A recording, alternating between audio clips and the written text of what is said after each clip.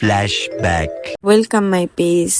সকালে অফিসে যাওয়াটা যে কতটা কষ্টের যারা জব করে তারাই বলতে পারবে। সকালে গাড়ি পাওয়াটা মনে হয় সোনার হরিণের মতন। গাড়ি তো দূরের কথা, কোনো কিছুই পাইনি, পরে হেঁটেই অফিসে চলে গেলাম। অফিসে এসে দেখি আপা চলে আসছে, এরপর কিছু হালকা পাতলা নাস্তা করে অফিসে কাজে লেগে পড়লাম। কাজটা আজকে একটু তাড়াতাড়ি গুছাতে হবে কারণ আমাদের দাওয়াত ছিল দুপুরে, এর জন্য তাড়াতাড়ি কাজ শেষ করে নিলাম। তারপর হয়ে নিলাম, এদিকে আপা রেডি হচ্ছে, আমিও রেডি হয়েছি, এটা ক্লিপ নেওয়া হয়নি।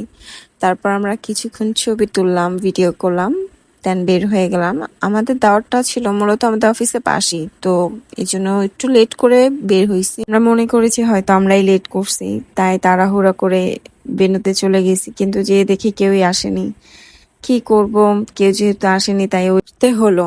আমরা ওয়েট করছি প্রায় 1 ঘন্টার মতন দেখলাম কেউই আসেনি। ওয়েট করতে করতে বোরিং হচ্ছিলাম, এর ফাঁকে আমরা একটু ছবি টবি তুলে বিনোদন নিচ্ছিলাম। বিনোদন নেওয়ার শেষে দেখলাম কেউই আসে না, এরপর ভাবলাম যে আর ওয়েট না করে খাওয়া দাওয়া শুরু করে দিই, তাই খাওয়া দাওয়া শুরু করে দিলাম। আর খাবারের মেনুতে ছিল সাদা পোলাও, ভেজিটেবল, চিকেন কাবাব, তারপর রোস্ট ছিল আর বিফ ছিল। আমার কাছে রোস্টটা এত ফালতু লেগেছে, শুধু আমার কাছে না, ওখানে কেউই খেতে পারেনি। নরিন আপা তো কিছুই খেতে পারেনি, শুধু বিফটা দিয়ে খেয়েছে। আর ডেজার্ট আইটেমে ছিল জর্দা ভাত। জর্দা ভাতটা মোটামুটি ভালো ছিল, কারণ জর্দা ভাতে অতিরিক্ত মিষ্টি দেয়নি।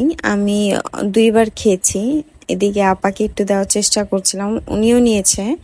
তারপর খাওয়া দাওয়া শেষ করে আমরা দ্রুত অফিসে চলে যাই, কারণ এত খারাপ লাগছিল, অতিরিক্ত খাবার খাওয়া হয়ে গেছে। দেন আমাদের বাসার জন্য কিছু পাঠায় দেওয়া হয়েছিল, যাতে আমরা ফ্যামিলির সাথেও খেতে পারি।